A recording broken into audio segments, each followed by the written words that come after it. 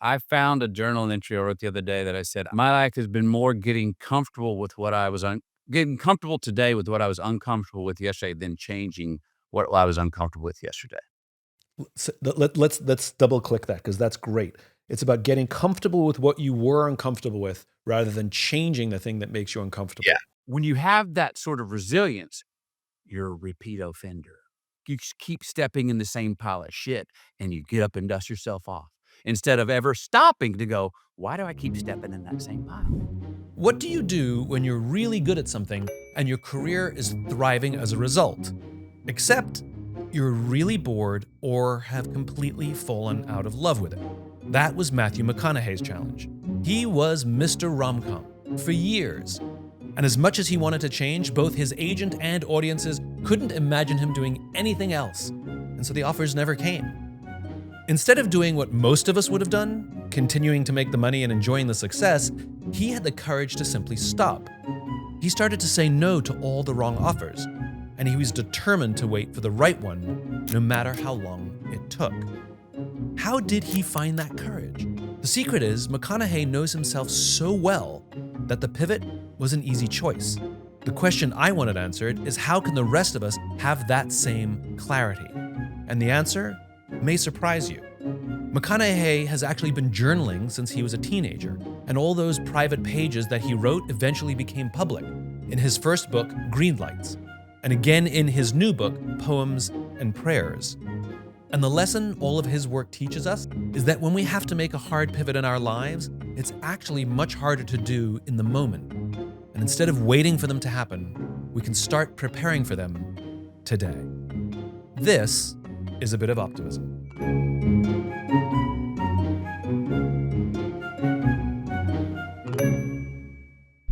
One of the things that fascinates me about you so much is a couple things. One, in an industry where you're only as popular as your last thing you did, you know, products on a shelf that everybody loves you while your product is selling, and then you disappear. Your ability to sustain a career for as long as you have is incredible, but also you have a curiosity that takes you in different directions, and you're doing all these different things, and people are still interested in what you're doing, and you have something to share. Is that your personality, or is that a strategy? Ooh, um, God, I mean, I think both. Subjectively, yeah, it's my personality. I'm, I'm telling the same story in different ways. I mean, there's a through line to all the things I do. And they're definitely under some form of just keep living. What the hell else we gonna do? Is it a strategy? Sure. Am I objective enough to look at myself at times and go, "Hey, what are you doing? What do you wanna do? How's it is what you're doing is how it's being perceived. Is what you thought was gonna translate." And those don't always add up. So as much as I strategize and make plans, I mean, I've had hits that I thought were not gonna be. I've got, my favorite poem or favorite song, whatever thing, that movie, ever that not necessarily always everyone else's favorite. If I'm more popular or less popular now, but will say this, I admire the people that like my shit more now than I used to. You know what I mean? Like the people who go, dig that McConaughey. I have a great more respect for more of them now in my life than say I did earlier when maybe I was even more popular. So, Because the work is better? well, I think because I think my work's better, Yeah. where maybe it's not giving just what people may want. Some people are going like, "Oh, no, that's what I want," but that's a need. There you go. Like that. Okay. I think my work has gotten better, I hope. Yeah. Does age have something to do with it? You know, I think of like Hugh Grant, for example, right? Like Hugh Grant was the pretty boy Rom-coms. I took the baton from him. in all the rom-coms, but at some point you age out of that. You know, Mhm. like you can't be the cute boy anymore because you're just too old to be the cute boy. Right. And now he's like a serious actor. He's a great bad guy. You know, he plays a lot of bad guys now. He plays a lot of complex characters now, and he plays like real people. He's not just playing the same character over and again. And I wonder if it's just because he aged out of that, and now he's having fun. Is age a factor for you as well? Yeah. interest, confidence. It means more to me, less objectivity, being less objective about, "Oh, what is it maybe I should give them that they want?" I've tried that. Sometimes it works, sometimes it Yeah. doesn't. I don't know the formula on that. So, when I have gone, "No, no, no. Do I have a real reason for wanting this? Would I do this for not a dollar? Is this gonna be the greatest experience of my life? Is this my favorite movie, project, book, whatever I've ever worked on in my life? Is my last one?" Yes. If I'm there, a lot of times it works out, and if it doesn't sort of financially translate into a hit or something, I'm like, "So what? The experience I had, it meant to me, 'cause it's on my greatest hits. It's Yeah. on my," you know? So, is it age? I think it's just, you know, you customized. Look, the '40s, the decade of the '40s were my favorite. That was a customizing decade. I hear it is for many men.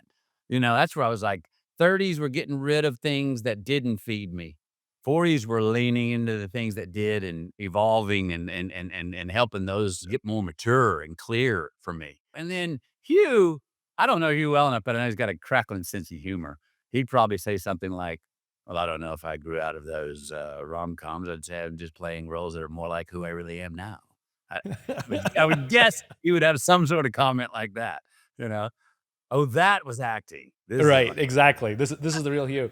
The reason this line of questioning really fascinates me is because most of us are told to, whether depending on your point of view, pursue passion, pursue talent, pursue, work hard, whatever the thing is. But at some point, for whatever reason, whatever your initiation is, you get good at something, and that getting good at something opens up more opportunity, gets you a promotion, makes you recognized for that thing. But then at some point, it's not that it Peter principles out; it's that it gets boring. And I see this amongst very successful people, which is they're good at making a movie, they get good at making the deal, they know how to produce, Yeah, but they've kind of seen it all and done it all. And though they're good at it, if you dig down deep, they're actually incredibly bored. right. And they either have golden handcuffs and the money is too good or the power is too good for them to make a shift, or what's more common is just fear, which is I can't start again. And this is again where I find you fascinating. And I don't know if it's courage or foolhardiness or boredom or curiosity, Right. but I think we have a lot to learn from you because you have reinvented yourself or added more arrows to the quiver Yeah. as you've gone, which a lot of people can't do. Not even don't do, but can't do. Right. Look, will say this, I know I have a instinct to, if I put something out there, and if it becomes a hit, if it becomes popular, if it becomes like, "Oh, that's a part of the vernacular." My instinct is to weave. Let's, "Ooh." So when all right becomes a thing, you're like, goodbye. Well, I'm good about, like, but I also understand, like Bruce Springsteen, I'm gonna give you Born in the USA in the encore, bro. I'm gonna Yeah. give you the hit. I understand the hit for what it is. Some of my hits like that, I'll go, I'm not gonna be arrogant enough to steal that low-hanging fruit from somebody if they wanna say that, and because personally, it's the first 3 words I ever said in film when I thought I was gonna be working on a hobby on a film set in Austin, Texas in 1992. It turned out to be a career 37 years later. So, I'm not gonna boo-hoo that damn thing. Right. And plus, I know the author. You know what I mean? So so when I go work with somebody else creatively, they'll want to go, "Hey, can you do," or someone writes a script for me to go, "Hey, can you introduce some," they'll always put, all right," in front of it. Or they'll go like, "Hey, maybe in this skit you could do that." Uh-huh. And I'm constant to go, "No, no, no. I got new, I'm not gonna rely on, I got new stuff, or I got original stuff that's not a hit, and I'm just gonna try some of that out rather than go rely on those where I don't really need to." But if it's coming from somebody else first, I'll play right into it and add on to it. It's a tricky thing because, like, I remember in my career, like, so Start With Why was the thing, and everybody just wanted me to do Start With Why, and I loved it, and I believed in it, and I was passionate about it, and I was happy to do it. Then at some point, it's not that I got bored, it's that I started to feel very disconnected from the work because I'd Right. been giving the same talk for so long, but it was not an authentic passion on the stage. Even though I believed desperately in the idea, I couldn't talk about it anymore.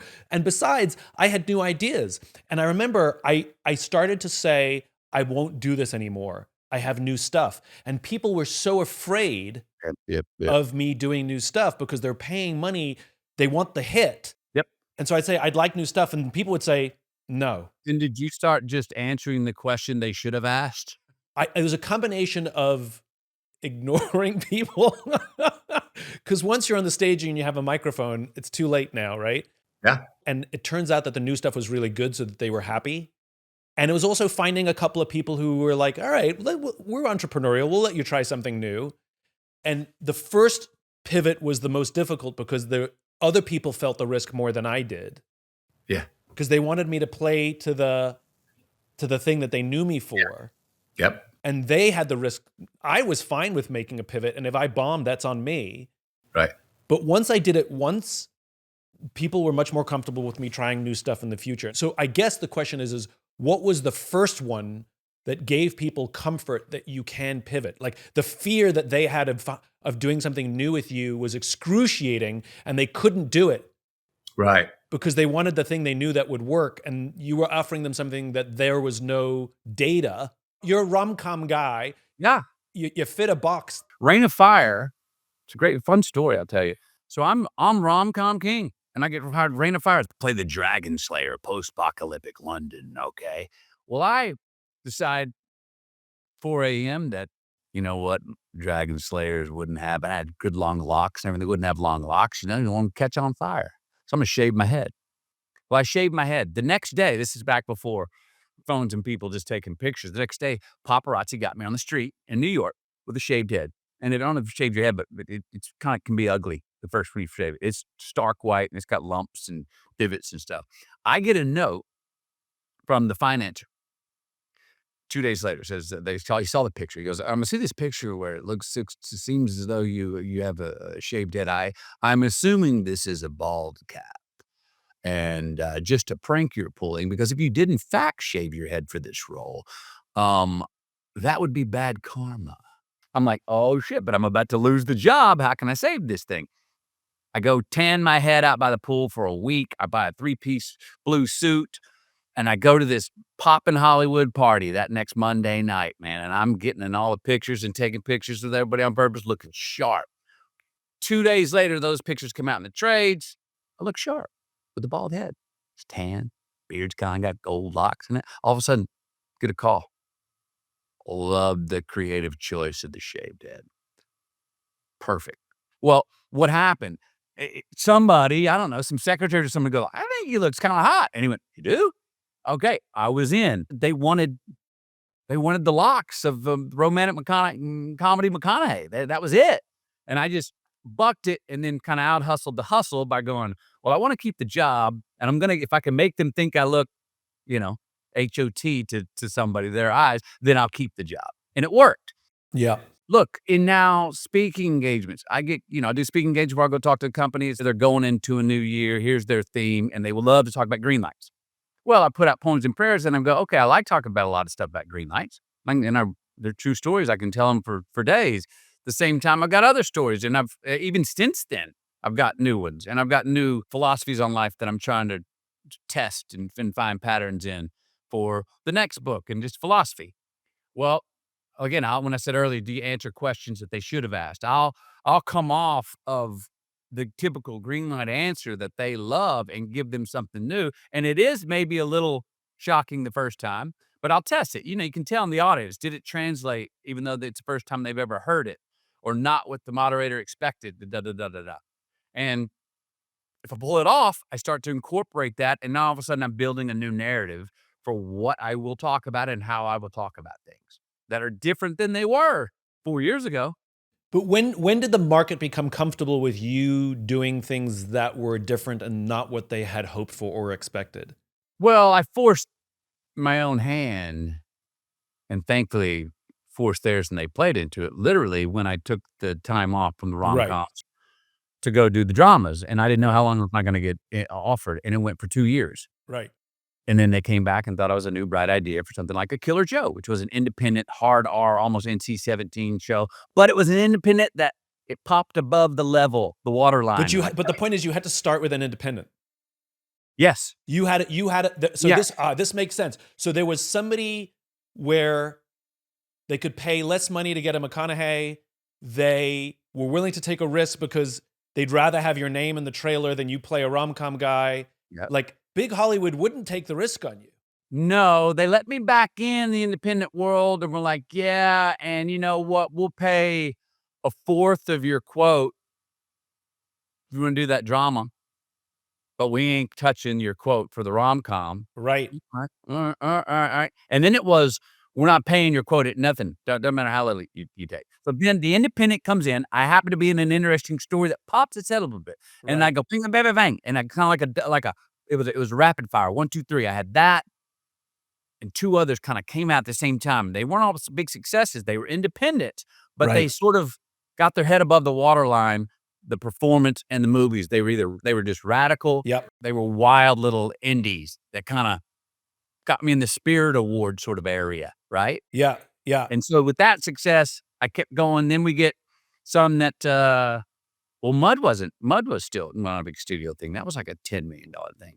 Dallas Buyers Club was something we had that we shot for $5 million. So yeah, they continued to be independents as a matter of fact. Yeah. Even then True Detective went back into TV. I mean, I don't know if I'm counting this correctly, but there wasn't a big studio film that came back to me until what, Interstellar? I mean, you tell Maybe. me. I mean, I think that may have been the first big. so now this is really interesting, right? This is really interesting. So which is, if somebody has the confidence to pivot a career that the market, your boss, whoever it is afraid to put you in the new job, instead of trying to convince the market that they're wrong, you have to be willing to bear some of the cost of their risk. I think so. And in your case, you bore the risk by going off the market for a while. You bore the risk by dramatically dropping your fee because you knew you couldn't command your old salary for new stuff because no one will take the risk. No one's going to pay your big salary on something they've never Nope. seen you do before. But an Nope. independent film that wants your name more than anything else will. Yep. And then you said it was a bunch of indies. And then the first big Hollywood director to pick you up is kind of known for being a risk taker. Yeah, and he did it he said off of my performance in Mud, and a risk taker, but on a very large budget, but a director who's got the power to go, "This is my choice." And again, my head immediately goes to like Quentin Tarantino choosing John Travolta. Right. Basically gave him his career back. And we'd never seen Travolta do a role like that. Right. But you're right. He saw you in Mud. And you know what's so funny? This is part of I love this. And this is what happened in the Dragon Slayer film. It's what happened here, which is people have no imagination, right? There's a reason why we stage a house, which is if you walk into a house or an apartment that you want to buy and it's empty, nobody buys it. So they put fake furniture in and they put fake pictures on the wall. So because people have no imagination, you have to do the work for them so that they can see the thing that they think that they're looking for. And I got in trouble when I was selling, because I love art and I've got art everywhere. Every empty space has something in it. And I was told when I was selling my apartment, I had to take stuff off the walls because some of the art was too esoteric and people wouldn't be able to imagine themselves. That's not their art. Okay. And so what you're doing is you allow the independent filmmaker to take the risk on you, and you're willing to bear the cost, taking less money, doing something that's quote unquote less prestigious. And then you're allowing somebody you're staging the house. You're allowing somebody to see you in a way they've never seen you, and then you get picked up because he saw you in Mud. Right. And I'm also, this time though, Camille and I've just had our first child. Yeah. And I believe never is man more masculine than right after their first child. I mean, my head and my heart and my loins and instinct were so synchronized where if I thought about it, any of my investments at that time in business, in relationships, my choices for films, my instincts were bam, I was just going with them. And I was not asking permission. I had an F you attitude about, oh yeah, watch this. I was like, so part of it was to the studios that would, no, I wasn't that. I was just like, watch this. I'm going to make you go, tap out. Got it, McConaughey. Got it. Okay. We got it. Geez, another one. Oh shit. Okay. Stop it. No. Okay. I tap out. I'm going to make them tap out. What's the balance between confidence and arrogance? I like the balance between certainty and selfishness. I'll say this. I've had a lifelong wrestling match with understanding humility because as I was raised, and maybe it was how humble came across, how I heard it coming across, maybe through the church, that there was a sense of humility for 45 years. My shoulders would draw and my head would get down when I would be humble, or if I was too high, we were always brought down to ground in our family, but don't be on your toes. You ever pulled up to a stop sign and you pull up and it's their turn. They were there before you, and you pull up and they wait and like, go. And you're like, you were just go. And all of a sudden you're in an interaction. You're like, your false humility of saying, I'm just going to let everyone go today. You're stopping traffic. You've just given it cost us more time by just, it's gone to a false modesty. And I would lose confidence in my understanding of humility for 40 something years. So to battle that, I would come out and overcompensate my confidence into some arrogance to where I was more than ego. I was and I'm responsible and I'm doing this to overcompensate for that false understanding of humility until I heard the definition of humility being admitting we have more to learn. Or someone told me the other day, being extremely honest. And I was like, oh, now I can grab a hold of that. My shoulders are still back. I can understand to be humble. My chin's up. And I admit I got a whole lot more to learn. And yes, do I love to be in the know? You damn right I love being in the know. I also want to be in the know about what I don't know. Now I'm understanding humility where I'm walking and I'm seeing an opportunity. There's the gap. Get it. Bam. Took it. Introduced myself. Oh, that person meant this. Boom. 2 years later, we've written a movie. We're making it together. That's because of that moment. That night where I saw that gap and they were walking out the door and I said, I want to talk to Simon about this. Bam. Where if I'd have been that understanding of prior humility, I'd have, no, go, let them go ahead. Maybe we'll cross again. Bob Gaylor, who was the Chief Master Sergeant of the Air Force many years ago, he said, and I love this definition, and it's very consistent with what you said, which is don't confuse humility with meekness. Humility is being open to the ideas of others. Yep. Yeah. And where did you learn that humility was you have always more to learn? Where did that come from? So much I know in my life, and I think maybe for a lot of people, is our own definition of the word. Yeah. I always was like, wait a minute. Everyone's preaching be humble, but no one likes to be humiliated. There's just words that we malaprop, or each one of us has a different prescriptionist definition, or our experience of how we grew up with that word meaning, it takes on a different definition. And sometimes I know for me, it's just a click. If I can get the right definition, click. Oh, and that's not a false definition. That's actually one I can constructively use and go forward. Oh, I get it. I can battle over something for years and be confused and confounded. And one little click. What'd you say? Say that again. Now I get the whole equation. Thank you. This is a great example. These words, you're right. The problem is like we're constantly being told by teachers, parents, colleagues, bosses, be humble, be confident, be humble, be confident, be humble. But those words, as you said, they mean shoulders up, shoulders down, shoulders up, shoulders down.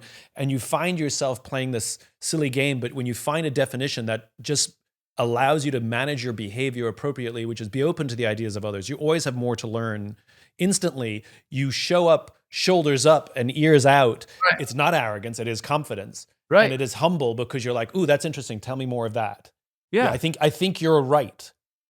And boomerang back to be able to look in the mirror and go, you're right. Yeah. That part we like to forget in our definition of humility or selflessness. Yeah. I think that's where we bastardize the definition of selfish. True selfishness, I don't think means do whatever you want at your neighbor's peril. That's not selfish. It's actually not most selfish, because if it's at your neighbor's peril, when you're out of town and someone's robbing your house, your neighbor's less intended to go, hey, I'm going to call the cops for my neighbor.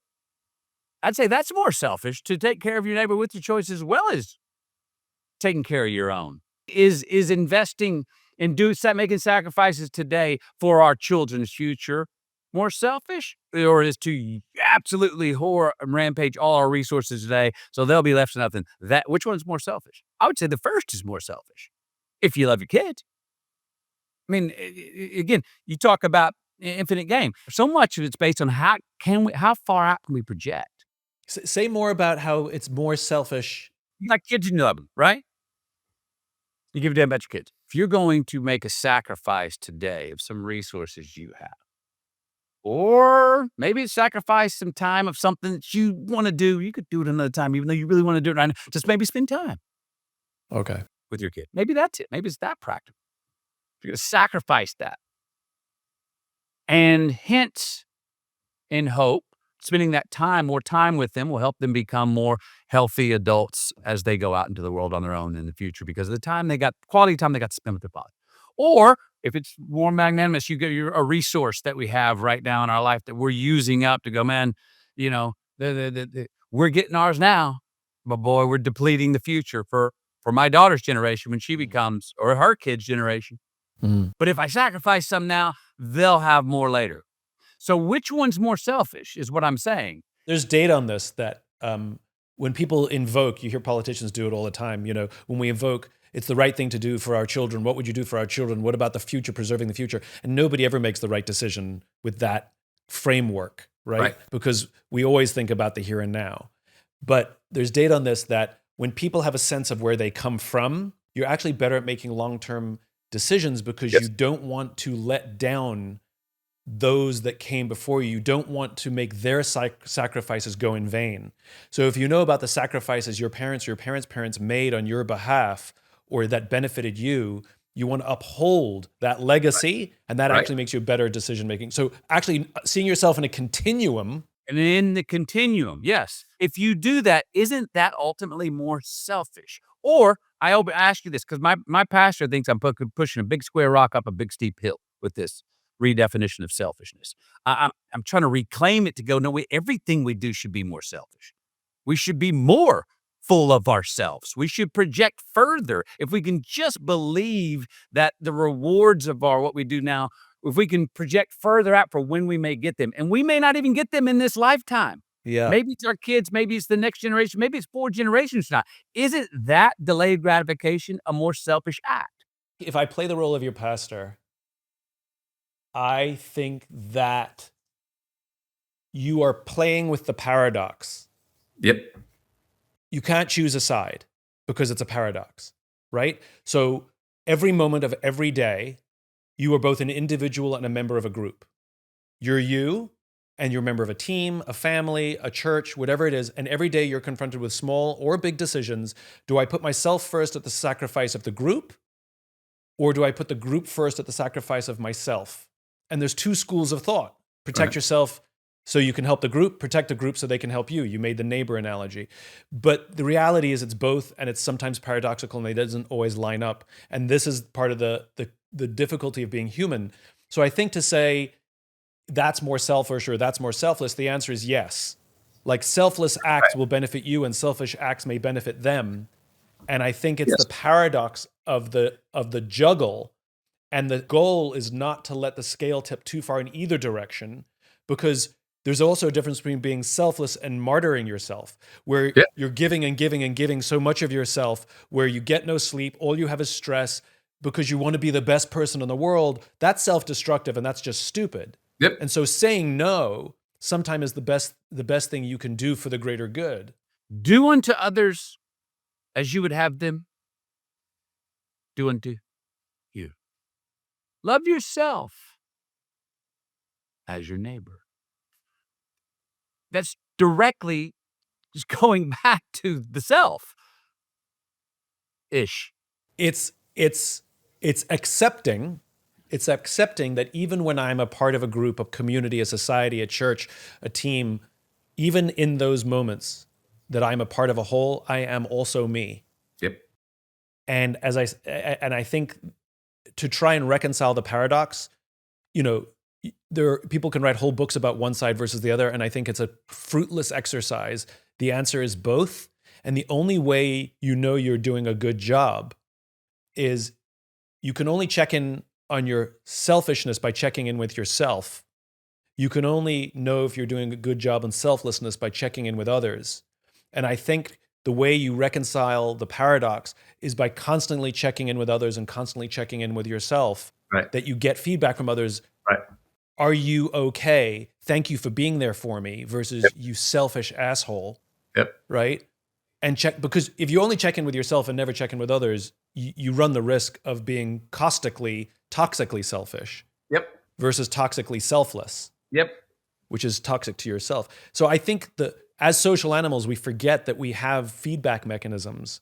And I think perhaps this is why you've become an advocate for positive selfishness.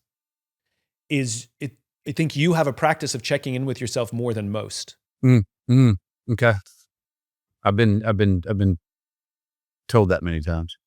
And I would guess that where you've over-indexed on arrogance by accident is because you were checking with yourself and forgot to check in with others. Yeah.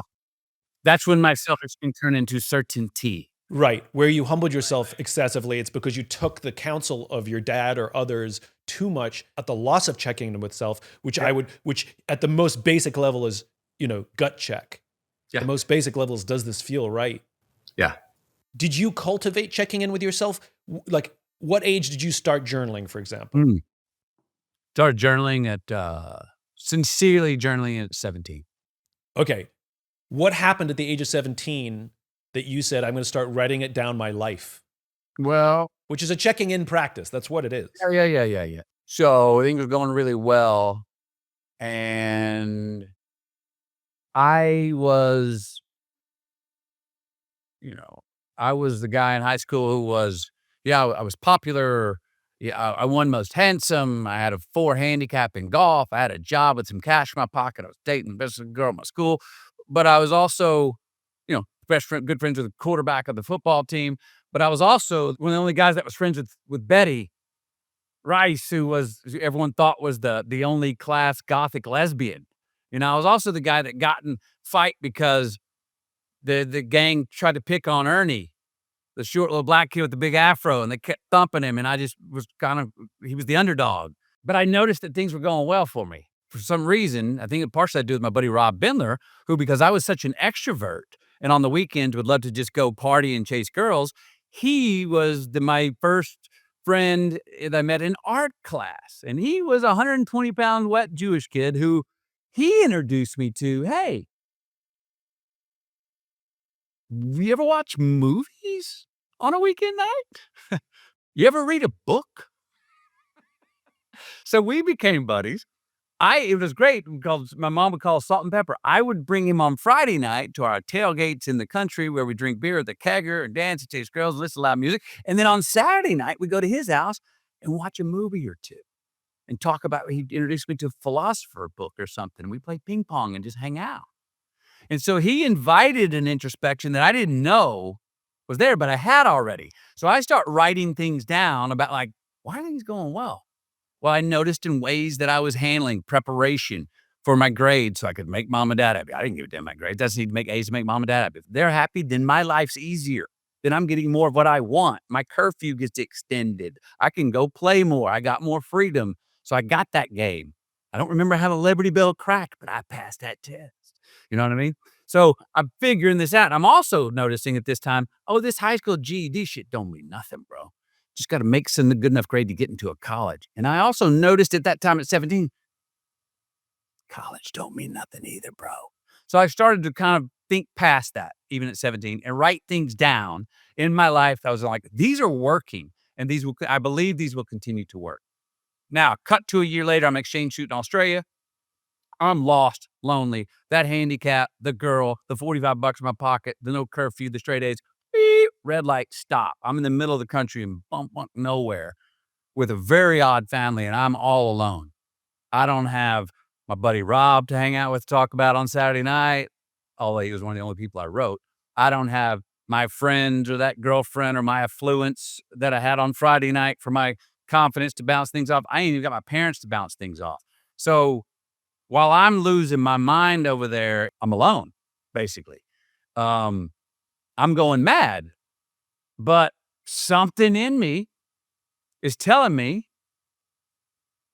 this is good. The harder this gets, I was finding a certain pride and honor, independence I felt like I was paying because I was like, boy, this every day I go through this is a better reward on the other side. I don't know what it is, but I'm going to keep believing that. Now, was I tricking myself for partial sanity? Yes.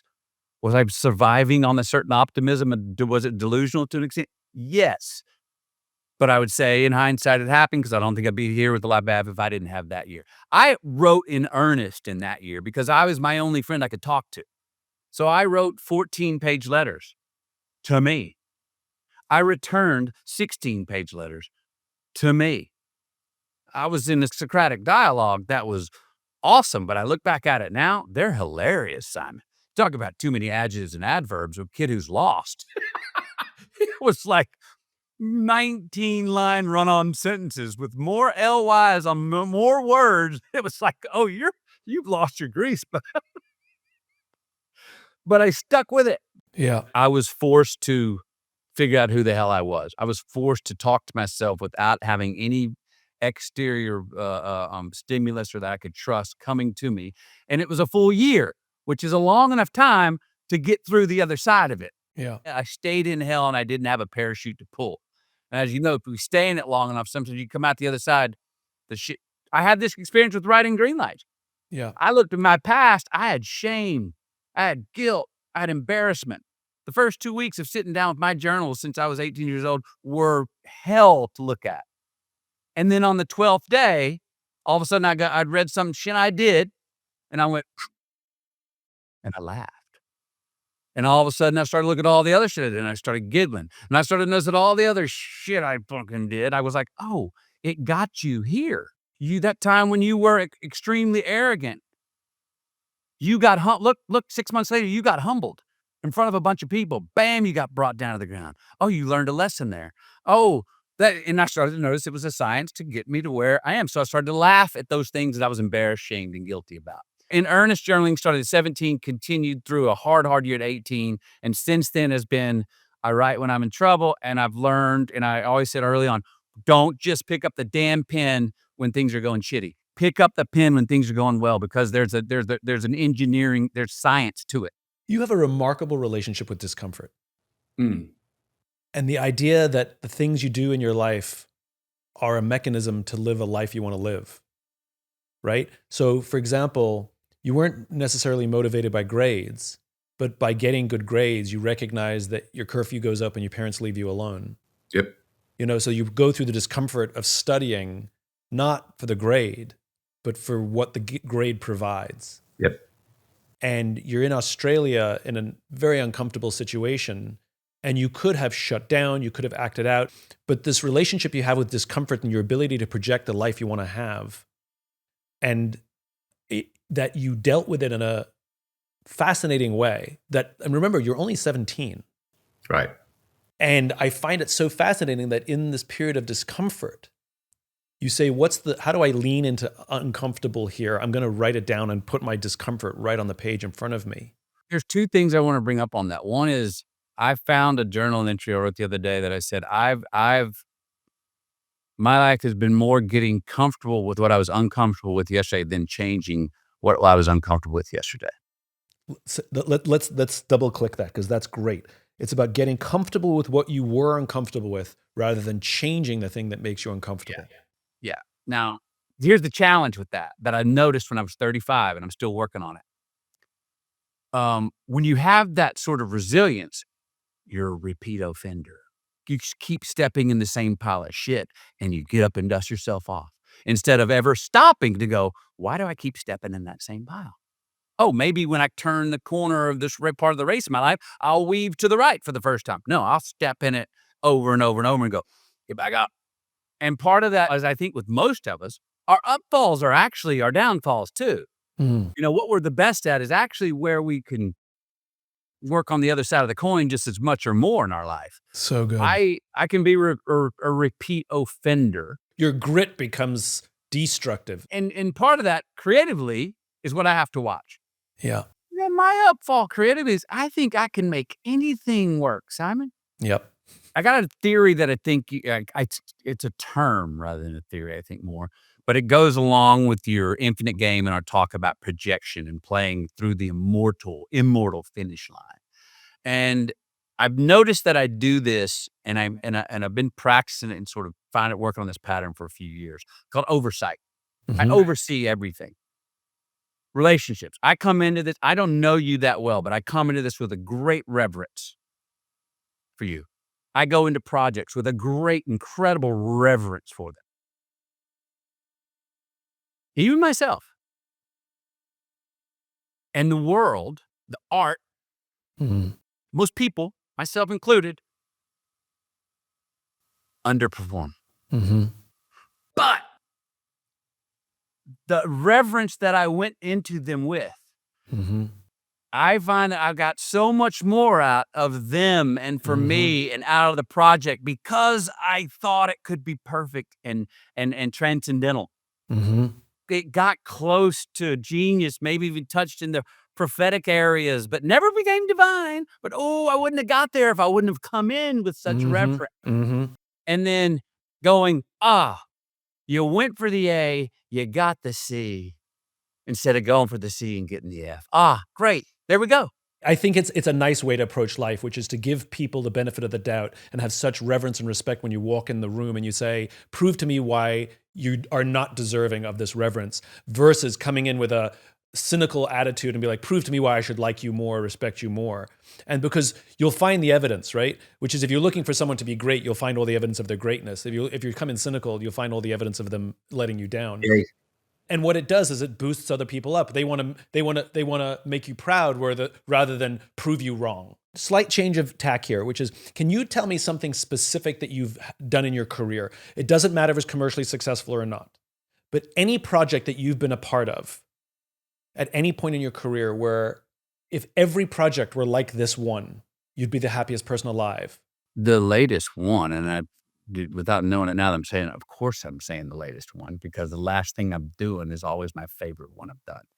Last project I've done, besides one, I had one of my first ones. I'm not going to say the name of it, but I had a project here in the last couple of years that I finished that was not that into doing it, it was not my favorite one I've ever done. Every other project I've done, the one I was doing last was like, this is my favorite one ever. Okay, so what was it about the last project that you just did that you would say if every project was like this one moving forward, literally, I'm living the perfect life? The book tour that I took with Poems and Prayers.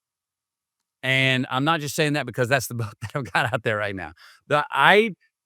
Instead of going to bookstores and signing, I said, let's have some more fun here. And I said, a lot of these poems are musical. They're poetry. They're fun. I like orating them. I like saying, what if I go? And I remember I was like, oh, my friend John Mellencamp went to unannounced to state parks with a guitar and stood up on picnic tables and just started playing and saw who would gather. I was like, oh, that's a great idea. And I stuck on that for a couple of weeks. I was like, well, let's organize myself a little bit more than that. What if I get theaters? I was like, yeah, I'll go to theaters, see what size I can get some people in. I'll do some poetry reads. And I was like, oh, wait a minute. What if I invite a musical guest?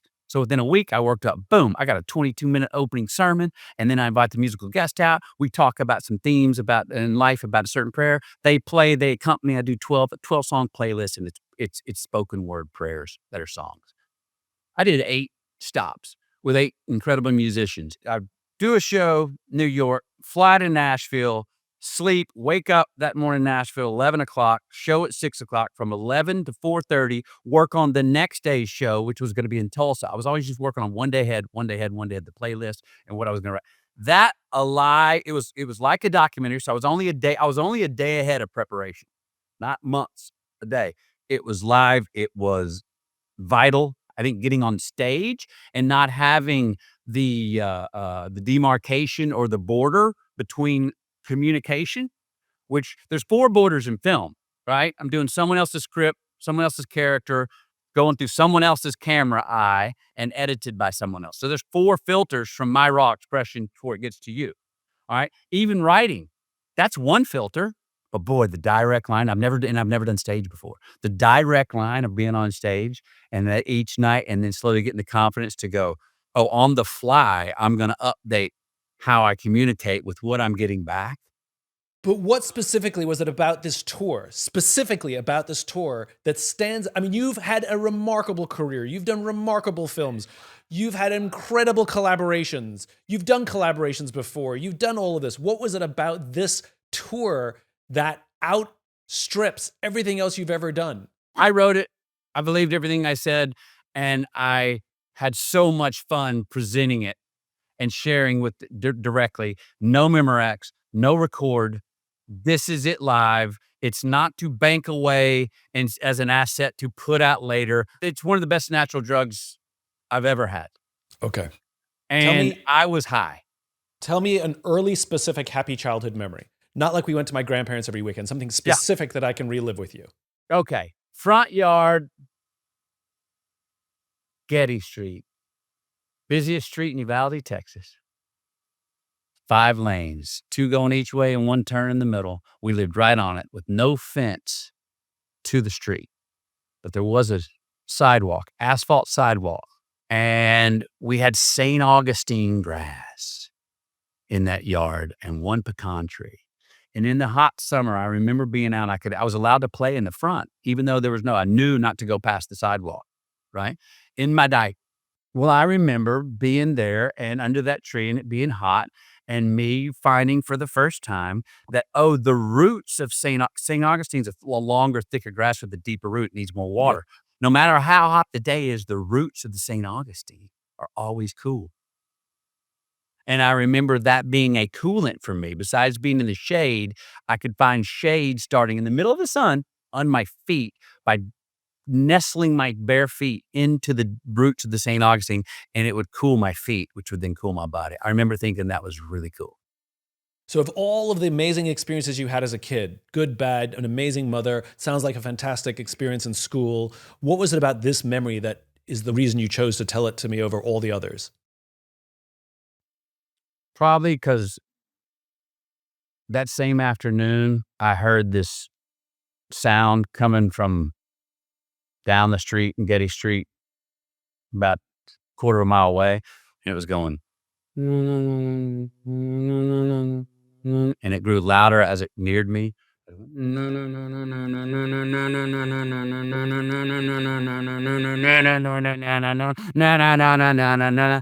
I looked up and I already had a rock in my hand because right when it got in front of the house, there was a car.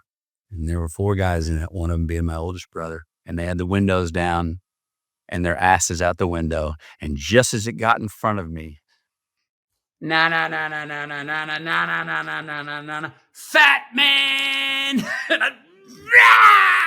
Throw that rock out there and they laugh and it fade off. Na na na na na na na na na down the street. And as much as that drove me and my little pudgy diaper self crazy,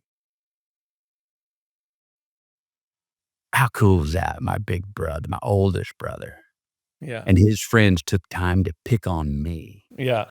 While I was playing in a diaper in the front yard. I knew that was a love letter even then, as much as it made me upset. There's something really interesting between those 2 stories.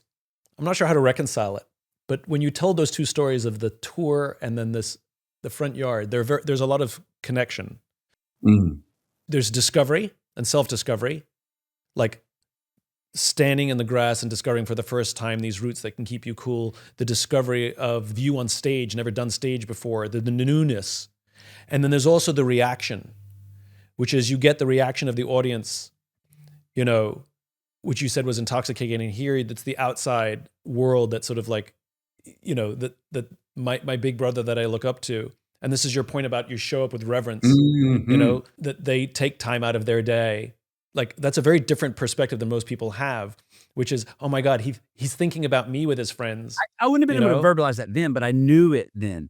Like as much as I threw the rock at him and wanted to hit that car. It was part of the fun rather than anger, it sounds like. Yeah. I mean, I didn't go sulk about it for long afterwards. Right. I mean, if I had to draw sort of a pattern here, which is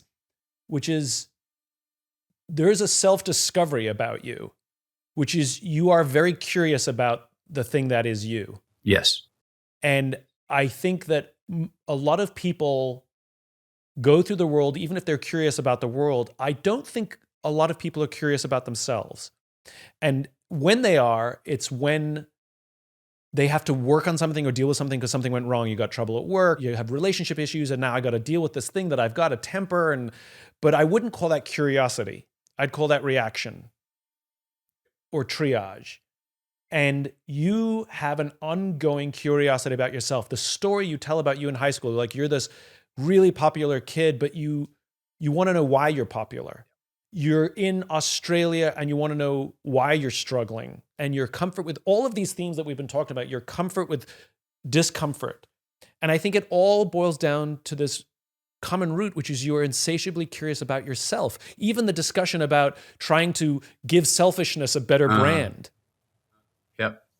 There's this pattern that is a book of prayer, a book of poetry, which is really an exploration of self. All of these things, the journaling, you can see the boredom when you're the rom-com guy and you're saying yes to shit films, until you stop saying yes to shit films, not because the market doesn't want it, it's because there's nothing to learn for you. Yep. Amen. And so I think the lesson that I'm learning from you is less about confidence. It's less about risk. It's less about discomfort. All of these things that I thought it was. What I'm recognizing is for all of us to cultivate a curiosity about ourselves. We're always told, travel, see the world, read books, watch movies, ask questions. But how many of us are watching our own movie or asking ourselves questions or traveling with ourselves, watching ourselves when we have a lot of sleep and watching ourselves when we don't have a lot of sleep, and being curious and asking ourselves, why did I react that way? And being genuinely objective as best as we can to understand ourselves without being self-effacing. Just curious.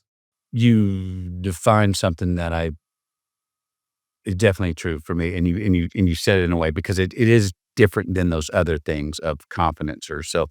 It's not that. It's not that it's as much. You get that all the time. Oh, you seem so confident, and I go, okay. Mathematically speaking, yeah, it's because I prepare so I can relax. Okay, I get that. Da da da da. But I go, but I suffer not bouts. I suffer stages of insignificance all the time because I'm bored. I haven't had a new self-discovery or figured a new philosophy that I go, oh, that's mine. Now I write all day, and it'll be a note. It'll be something. It'll be an exchange I had with someone, a malaprop that'll be funny, a realization about myself or about something that's working in the world for me that is getting a like response or a healthy or positive response. I'm going, that worked. I look for those patterns. I don't even know if I look for them. I think I'm inherently just finding them. People go, it's somewhat of a joke, but it's not. You're just so self-involved, you hear people say about people. I've even been told that. And when I got told that, once I stopped, I went, well, who else do you think I should be involved with? I think we should be more self-involved. My gap between being, the man I want to be and the man I am is because I believe, not self-involved enough. And all those curiosity of myself may be one of my strongest suits. Of somebody who likes to talk about themselves and dissect themselves, to those who have no self-curiosity comes across as self-involvement, which they mean pejoratively. Right? And I think to your point about trying to redefine words and trying to redefine selfishness, I think it's less of trying to correct them or embrace their words and trying to convert these bad words that are good. You're so self-involved, but self-involved is good. You're so selfish, but selfish is good. Instead of raging against the machine, I think to offer it as a lesson to others and saying, no, what you're witnessing is somebody who is very curious about themselves, and every lesson I have learned about myself is because I'm curious about me, and I wish others were as curious about themselves as I have learned to be. Yes. Again, this may be naivete. Why would someone not be really curious about themselves? Or are they curious, they just don't know what to be curious about? I think there's many reasons. I think one, it's scary because I may not like what I see, and And if you don't like what you see, you could run away from it versus saying, good, let me learn more about this. 2, I think it's hard to do because shame, embarrassment are around the corner with some of those things. And so, it goes back to be comfortable with being uncomfortable means I can explore myself even if it's uncomfortable.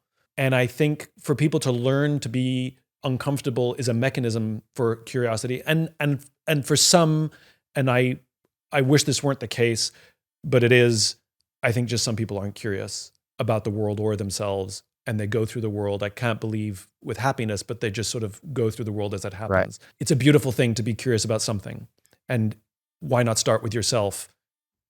Because it's the easiest thing. You don't need to go anywhere And else. we have to have or understand our own monologue before we can have a dialogue. I think so too. And we're always so preoccupied with what somebody else said or how they said it. Or if there is self-curiosity, it's more like self-flagellation, which is lying in bed going, why did I do that? Why did I do that? Why did I say it that way? Not with a curious why, but sort of a self-effacing why, versus, I wonder why I said it that way. What is it about me? And why am I carrying such discomfort and upsetness about the way I said that? And what can I learn so that I improve upon it next time? Which is to offer oneself grace in the moment of curiosity. It's not a judgment. It is, because remember, this is what we tell people. Instead of being judgmental, be curious about other people. We're doing the same thing, which is instead of judging oneself, offer oneself grace and forgiveness, and now be curious about yourself in the same way you wish to be curious about others. Yeah. And You have learned it for whatever reasons, the way you were raised. You have learned it, and it has benefited you, and you have become a model for the rest of us as why self-curiosity is really a good thing. Love that deep. All right. I like that. That's a good play. All right, we'll do a couple quick fires. As someone who has embraced reinvention throughout your career, what advice would you give to people who feel stuck in a box that they've been in for years and worry they can't break out of it? Oh, Simon just said it. Be more curious about yourself. I would have said take more risk, but as he said, that would have been the backup dancers for more curiosity for yourself. You've been journaling for over 30 years and describe it as a way to catch the truth. What happens for you on the page that doesn't happen anywhere else? Well, it's taken a while for me to get my fingers or my pen to keep up with my mind as I'm writing it live and to keep the train of thought going. Or sometimes if it's too much, I just got to record it and then translate it. Memorializing a live feeling. That was maybe a moment in time, but speaks a truth across many, many, many things. And if I didn't write it down, as most of us do, when you first start writing or you're trying to get writing, when it's hard, is, you cross a great truth, you have a great exchange, you hear a great joke. You're always like, that was so good, I'm never going to forget it. Yeah, you will. And then you forget it. So just jot it down. That's why I wrote in the opening grants. I write stuff down so I can forget it. Because if I don't write it down, I'm playing grab ass with, what was that thing she said? Oh, that thing, Simon, so good. What was it? Now I'm just on a hamster wheel playing grab ass with my thoughts. Or if I wrote it down, I'm like, there it is. There it is. That's good. McConaughey, what a pleasure. This has been very inspiring. I really appreciate you taking the time and sharing. Wonderful stuff. My pleasure. Look forward to doing it again and for even longer. And thank you for the insight and teaching me something or a way to at least understand it better and through your words about myself. Thank you. A Bit of Optimism is a production of the Optimism Company, lovingly produced by our team Lindsay Garbenius, Phoebe Bradford, and Devin Johnson. Subscribe wherever you enjoy listening to podcasts, and if you want even more cool stuff, visit simonsinek.com. Thanks for listening. Take care of yourself. Take care of each other.